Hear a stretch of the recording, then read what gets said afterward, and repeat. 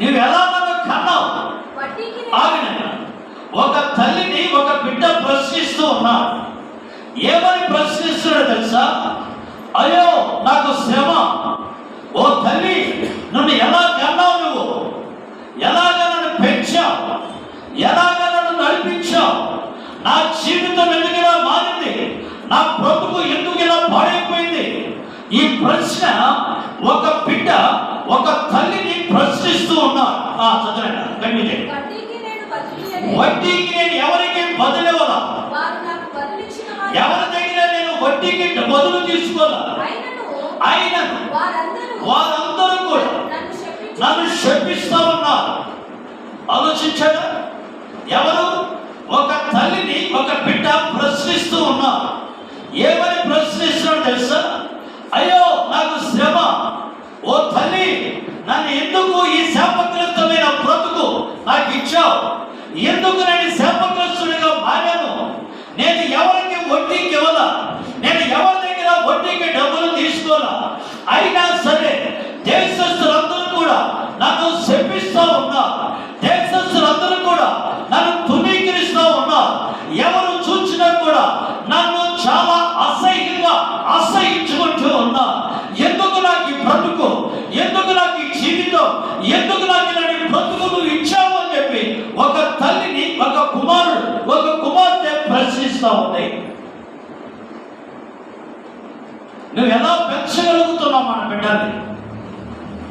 శాపగ్రస్తులుగా పెంచగలుగుతున్నావా?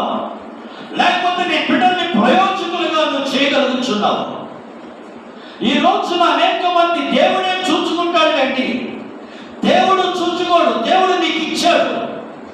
దేవుడు దాన్ని నువ్వు కాపాడుతావా? దాన్ని నాశనం చేస్తావా? లేకపోతే అది ఆశ్చర్యకరంగా మారుస్తావా? శాపగ్రస్తంగా మారుస్తావా? అది దేవుడు నీ చేతిలో పెట్టాడు. అవకాశం నీకు ఇచ్చాడు. తరుణం నీకు ఇచ్చాడు. నీ చేతుల్లో దేవుడు ఉంచాడు. దాన్ని ఉపయోగించుకుంటే నీకు ఆశీర్వాదకరం. దాని కాలం దుర్వినియోగం చేసే శాపగ్రస్తంగా మారిపోతుంది. నువ్వు ఆలోచించు. కనుక బిడ్డలు పుట్టక ముందు ప్రార్థించిన తల్లులు, బిడ్డలు పుట్టిన తర్వాత ప్రార్థించిన తల్లి, బిడ్డలు చనిపోక ముందు ప్రార్థించిన తల్లి, బిడ్డలు చచ్చిపోయిన తర్వాత ప్రార్థించిన తల్లి. ఈరోజున బైబిల్లో మీకు జ్ఞాపకం చేయాలని ఆశపడుచున్నాను. మొట్టమొదట బిడ్డలు పుట్టక ముందు ప్రార్థించిన తల్లి. మీరు కన్నా బైబిల్లో మీరు చూసినట్లయితే అవ్వ ఒక మాట్లాడదు కదా, నేను యెహోవా దయ వలన ఒక కుమారుని సంపాదించుకున్నాను. ఆదికాండం 4వ అధ్యాయం 1వ వచనంలోనే అవ్వ అంటుంది కదా, యెహోవా దయ వలన నేను ఒక కుమారుని సంపాదించుకున్నా. బిడ్డలు ఎవరు ఇస్తున్నారంటే దేవుడు ఇస్తున్నాడన్న సంగతి.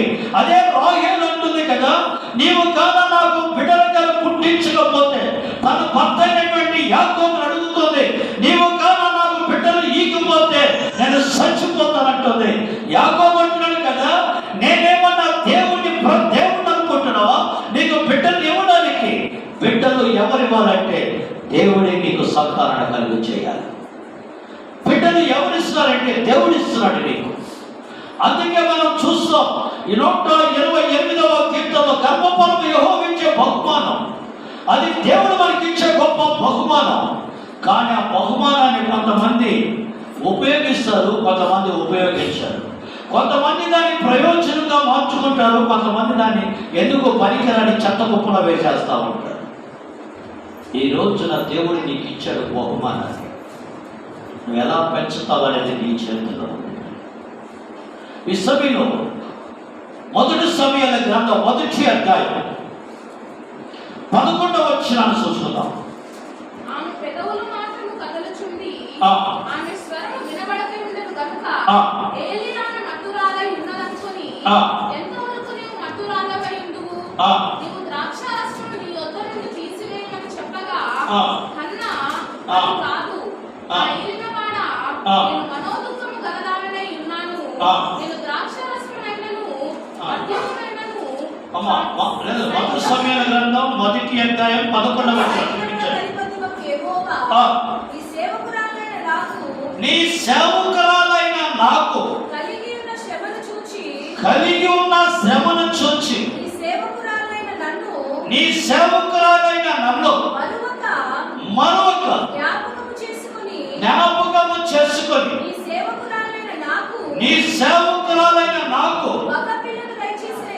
మగ పిల్లవాడిని దయచేసిన ఎడల వాడి తల మీదకి శవలము కత్తి రానియుంట. వాడు బ్రతుకు దినములన్నీ నేను యెహోవాకు ప్రతిష్ఠిస్తాను. ఒక తల్లి ప్రార్థన చేసింది బిడ్డలు పుట్టక ముందు. ఈమె పేరు హన్నా. హన్నా అంటే అర్థమైందంటే కృప. హన్నా అంటే అర్థమైందంటే ప్రార్థన. ఆమెకి 2 పదాలు అర్థాలు వచ్చేటువంటి పేరు కలిగి ఉంది. కృప. అన్న అంటే కృప, అన్న అంటే ప్రార్థన. ప్రార్థన ద్వారానే ఆమె ప్రార్థన ద్వారానే వరం పొందుకుంది. ప్రార్థన ద్వారా కుమారుడు పొందుకుంది. ఆ ప్రార్థన ద్వారానే అతనికి సమూయేలు అని పేరు పెట్టింది. సమూయేలు అంటే అర్థమైందంటే ప్రార్థన. ప్రార్థన. సమూయేలు అంటే అర్థం ప్రార్థన. కనుక ప్రార్థన ద్వారా కుమారుడు పొందుకుంది. ఆ ప్రార్థన అనేటువంటి పేరే అతనికి నామకరణం చేసింది. అర్థమవుతుందా? ఆమె ప్రార్థన, ఆమె కృప పొందినటువంటి ఆమె, దయ పొందినటువంటి స్త్రీ. ఆమె ఒక గొప్ప ప్రవక్తని లోకానికి అందించింది. నేను అప్పుడప్పుడు పెళ్లి ప్రసంగంలో మాట చెప్తా ఉంటాను. ఏంటి ప్రసంగం అంటే, సహజంగా ఆడవారికి ఒక మాట అంటాం. ఒకటి పుట్టినిల్లు, రెండోది మెట్టినిల్లు అంటాం. నేనంటాను 3వ ఇల్లు కూడా ఉన్నదంట. అదే ప్రార్థన ఇల్లు. హన్నాని ఎక్కువగా ఎల్కానా ప్రేమించడానికి కారణం ఆమె ఎల్లప్పుడూ ప్రభుని ప్రార్థించేటువంటి స్త్రీ. ఎవరైతే ఎక్కువగా ప్రార్థిస్తున్నటువంటి స్త్రీలు ఉంటారో వాళ్ళు కొనియాడబడుతున్నటువంటి స్త్రీలుగా ఉంటారు. వాళ్ళు వాళ్ళ భర్త చేత, పిల్లల చేత ఎల్లప్పుడూ పొగడబడుతున్నటువంటి స్త్రీలుగా ఉంటారు. కారణం ఏంటంటే ప్రార్థన జీవితాలు మారుస్తుంది. ప్రార్థన బ్రతుకులు మారుస్తుంది. ప్రార్థన కుటుంబాలు కడుతుంది. ప్రార్థన అనేకమైన జీవితాలు వెలుగులు నింపుతుంది. ప్రార్థన కనుక ప్రార్థించే స్త్రీలు వాళ్ళు గొప్పవారై ఉంటారు. కనుక పిల్లలు మీరు జాగ్రత్తగా మీరు ఆలోచించినప్పుడు మొట్టమొదట స్త్రీ ఎవరు అంటే ఈమె బిడ్డలు పుట్టక ముందే ప్రార్థించింది. ఏమని ప్రార్థించింది తెలుసా? ఈ బిడ్డగారు ఇస్తే ఆ బిడ్డని నీ కొరకే నేను పెంచుతా, వారిని సేవ చేసేవాడిగా, నీకు ఒక ప్రత్యేకమైన ప్రతిష్ఠించబడిన వ్యక్తిగా నేను ఆ బిడ్డని తీర్చిదిద్దాల్సిన బాధ్యత నా మీద ఉన్నది. అది నేను చేస్తాను ప్రభు చెప్పి ఆమె దేవునితో ఒక మొక్కుబడి చేస్తుంది, దేవునితో ఒక తీర్మానం చేస్తుంది, దేవునితో ఒక నిబంధన చేస్తుంది. ఆ నిబంధన ప్రకారంగా దేవుడు ఆమెకి కుమారుడు అనుగ్రహించాడు. ఆ కుమారుని దేవునికి ప్రతిష్ఠించింది. ఈ రోజున చాలా మంది ప్రార్థన చేసినప్పుడు ఒక ప్రార్థన చేస్తారు. ఆ ప్రార్థనకి జవాబు వచ్చిన తర్వాత ఇంకొక రకంగా ప్రార్థన చేసుకోవాలన్నారు. ఏమని ప్రార్థన చేస్తారు? ప్రభా, అన్నీ నీకు తెలుసు కదా, నా కష్టాలు, నా బాధలు అన్నీ తెలుసు కదా. మరి నీ కష్టాలు బాధలు ఉన్నప్పుడు దేవుడు ఎలా పెంచగలవు అడిగా ప్రభుని. అన్నీ తెలుసు. ఇచ్చేదాకా ఒక బాధ, ఇచ్చిన తర్వాత ఇంకొక బాధ. పిల్లలు ఉంటే ఒక బాధ, పిల్లలు లేకపోతే ఒక బాధ.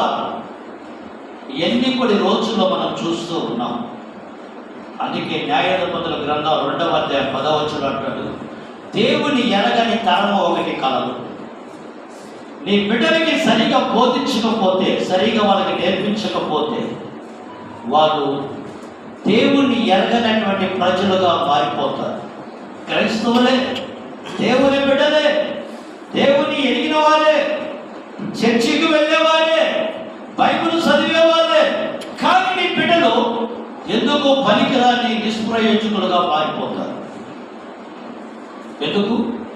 నీవు బోధించాల్సిన విధానం వాళ్ళకు బోధించకుండా పోవటం వలన. విలాప వాక్యంలో 2:19 మనం చదువుతాం. రేయి మొదటి జామున లేచి నీళ్లు కుమ్మరించినట్టుగా నీ హృదయమును ప్రభు సన్నిధిలో కుమ్మరించు. నీ బిడ్డలు చావకుండానట్టు నీ చేతులెత్తి యెహోవాకు మొరపెట్టు. నీ బిడ్డలు చావకుండా ఉండాలంటే నీ బిడ్డల కొరకు నువ్వు ప్రార్థించే తల్లిగా నువ్వు ఉండాలి. రెండవ తల్లిని మీకు జ్ఞాపకం చేస్తాను. ఈమె ఎవరు అంటే బిడ్డ పుట్టక ముందు ప్రార్థించిన తల్లి అన్న